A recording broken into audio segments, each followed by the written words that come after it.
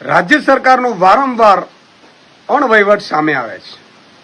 તમે જુઓ, યુજી ને પીજીમાં એન્જિનિયરિંગમાં જે વિદ્યાર્થીઓ વિચરતી વિમુક્તિ જાતિના વિદ્યાર્થીઓને સ્કોલરશીપ આપવામાં આવે છે, એ જ રાજ્ય સરકાર ડિપ્લોમામાં જે અભ્યાસ કરતા વિદ્યાર્થીઓ લગભગ ઓલમોસ્ટ પ્રવેશ પ્રક્રિયા પૂર્ણ થઈ ગઈ છે, ત્યારે હવે એક એવો ઠરાવ કરીને શિષ્યવૃત્તિ રદ કરી નાખી.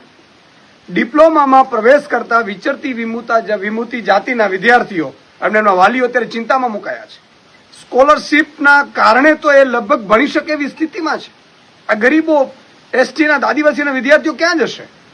એ વિદ્યાર્થીઓ જ્યારે પ્રવેશ પ્રક્રિયા ઓલમોસ્ટ પૂર્ણ થઈ ગઈ છે ડિપ્લોમામાં, ત્યારે રાજ્ય સરકાર પોતાની બુદ્ધિનો પ્રદર્શન કરતી હોય એમ ઠરાવ કરી અને આ જે શિષ્યવૃત્તિ મળે છે ડિપ્લોમામાં એને રદ કરવાનો ઠરાવ કર્યો છે. અને આમ આદમી પાર્ટી તાત્કાલિક ધોરણે વખોડે છે. હું રાજ્ય સરકાર પાસે માંગ કરું છું કે આ પણ વિદ્યાર્થીઓ જે આ વિચરતી વિમુક્તિ જાતિના છે, જે વિદ્યાર્થીઓને આપણે આગળ લઈ જવાના છે, જેમ યુજીપીજીમાં જેમ સ્કોલરશીપ મળે છે એ જ રીતે ડિપ્લોમામાં સ્કોલરશીપ મળે. 15 ઓગસ્ટ સુધીમાં જે પ્રક્રિયા પૂર્ણ થાય પહેલા એમની વ્યવસ્થા કરી દેવામાં આવે, અમારી માંગ છે. નહીં તો આગામી સમયમાં આમ આદમી પાર્ટી જે એસટીના વિદ્યાર્થીઓ જેને સ્કોલરશીપના મામલે આંદોલન કરવું પડશે તો કરશે.